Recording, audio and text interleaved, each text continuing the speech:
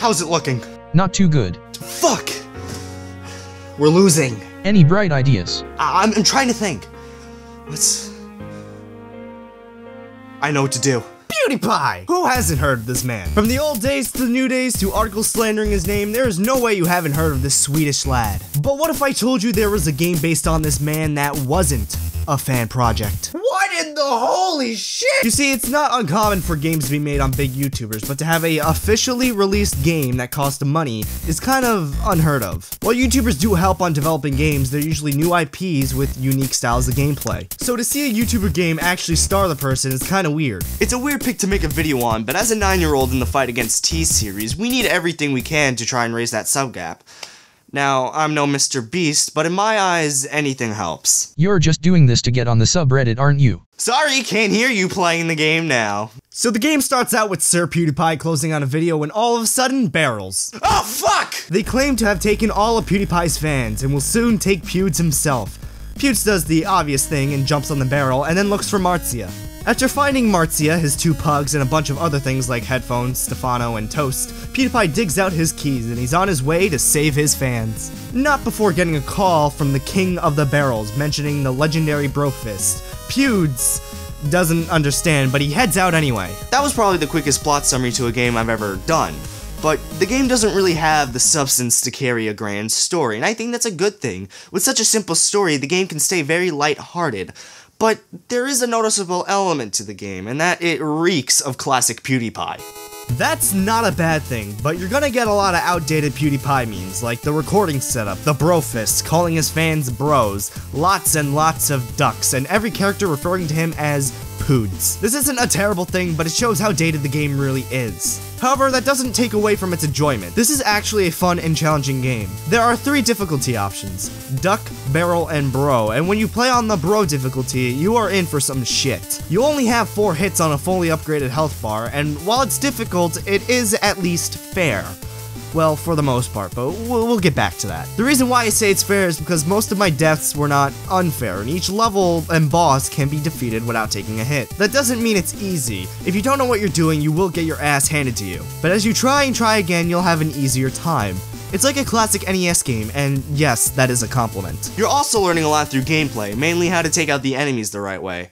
Which, this brings me to the next thing I like about the game. While there are mostly barrels, they do have good designs and gimmicks to them. Some of my favorites include the Barrel-A, who gives birth after killing it, Sanic Barrel, who rolls at you, Little Flower, I think you get this one, a Bully, these things are fucking terrifying, Lisa, did you just explode? A bat, it's just a bat, the other bat, it's just another bat, and my most favorite, Pewdiepie. Wait, what do you mean it's just a duck? They're trying to say otherwise. There are way more enemies with more unique designs and moves, but those just stick out to me. Some enemies will only show up in certain levels and themes, and fuck.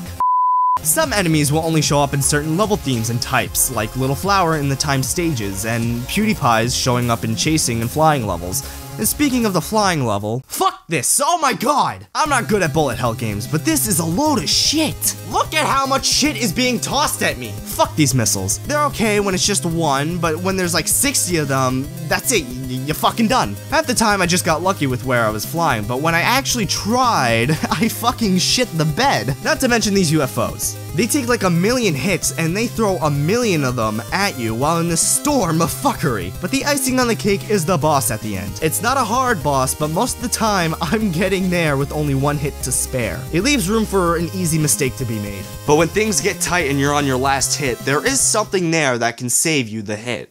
You see these 2 little pugs? These cute things that come on your adventure?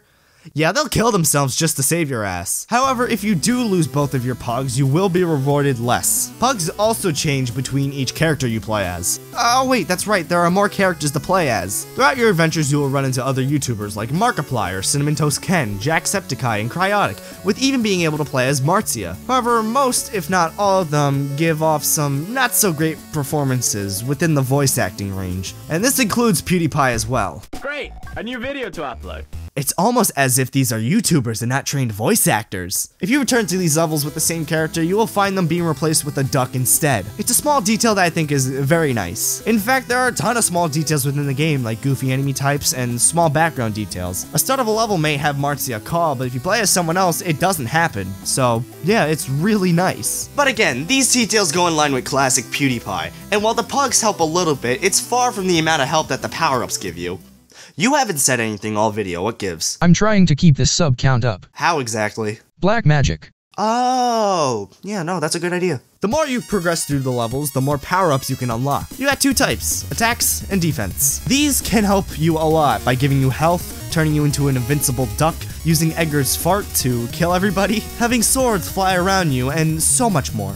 There are also character-specific power-ups like Cinnamon Toast Ken's bear power-up, Jacksepticeye's eye transformation, and Markiplier's mustache wig. Each are unique, and with the right combo of attacks and defenses, it can really give you a lot of help within the game. These things really do help against boss fights. This brings me to my next point, the boss fights. In a game about Pewdiepie, who would you be fighting against? Barrels. It's just more barrels. To be fair, one's in a flying tank and the other is a snowman. These fights are weirdly in-depth, but somewhat challenging. With the tank one, you're in a flying plane trying to shoot down the weapons that are on the tank, and then the thruster is holding him up. With the snowman one, you have help from Cinnamon Toast Ken, digging up the evil barrels so you can stomp on him. But he could also dig up some enemies before getting to the barrel itself. There's also another boss, but I forget who. Boobs in a thumbnail, bitch. Put some boobs in a thumbnail, bitch. Does anyone remember this guy?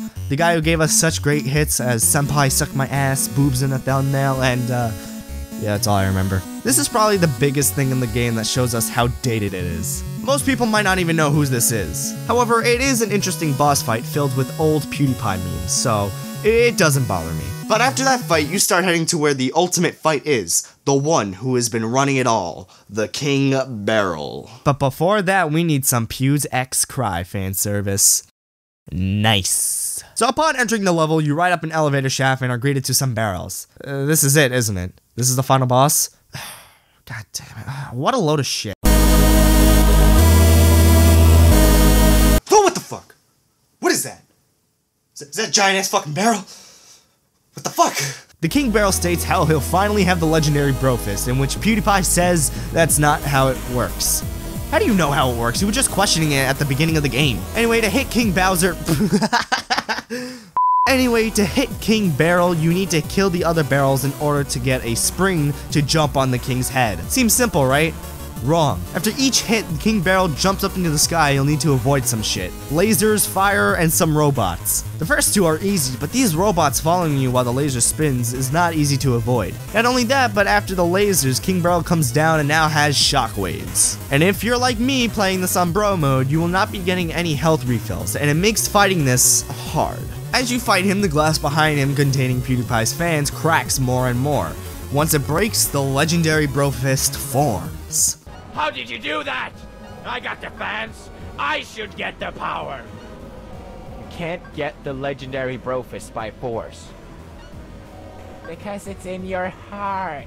Fuck you. God damn it, fuck you. Out of all the things you could have done, you chose to do that. I mean, he says it in a sarcastic tone, so it's sort of self-aware, but like, come the fuck on. So the barrels are defeated, the credits roll, and we're actually not done here. After you beat the game, you can play a timed level where Pewdiepie tries to enjoy his vacation. There's also this enemy rush mode you can play, and a whole new difficulty too. Pug mode has you only have one heart with no power-ups, but you can either play as Edgar and Maya with a smaller hitbox. There are also some new levels based on holidays, but they're not required for the story, so I didn't bother. And that was Pewdiepie Legend of the Brofist, and surprisingly enough, it wasn't that bad. In fact, I actually think it was quite good. Weirdly enough, this is a game for fans of Pewdiepie, but I can see some people outside of his fan base finding some enjoyment out of it. There's a nice art style with good level design, not to mention the music is kick-ass.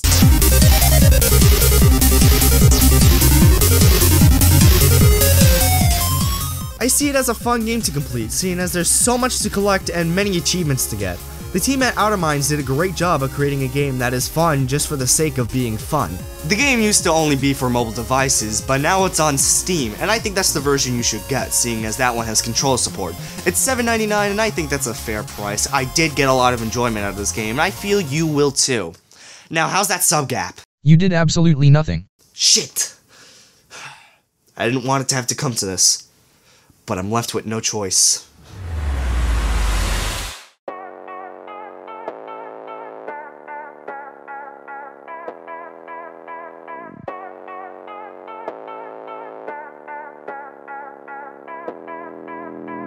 Bob's or Ghana, whichever will it be. Sit the fuck down, T-Series, I'm here to spill the real tea.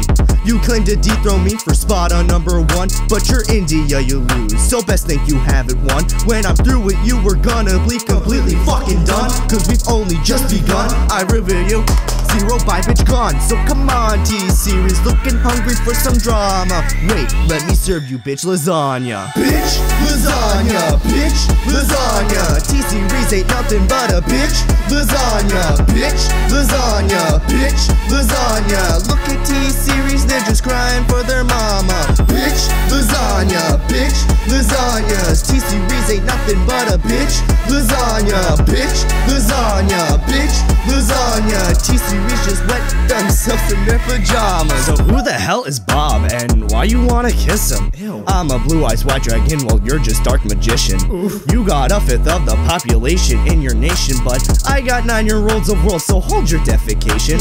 Multiply, what the fuck is that even supposed to mean? Your language sounds like it comes from a mumble rap community. No papa, yes papa, Johnny. Now download all this sugar and let's throw this fucking party with some bitch lasagna, bitch lasagna. Look at T-Series, they're just crying for their mama. Bitch lasagna, bitch lasagna. T-Series ain't nothing but a bitch lasagna. Bitch lasagna, bitch lasagna. Look at T-Series, they're just wetting their pajamas. Bitch lasagna, bitch lasagna. T-Series ain't nothing but a bitch lasagna. You got a population of 1.32 billion, but most your videos can't seem to hit even a million. How's the sub gap now? You somehow made it worst. Fuck!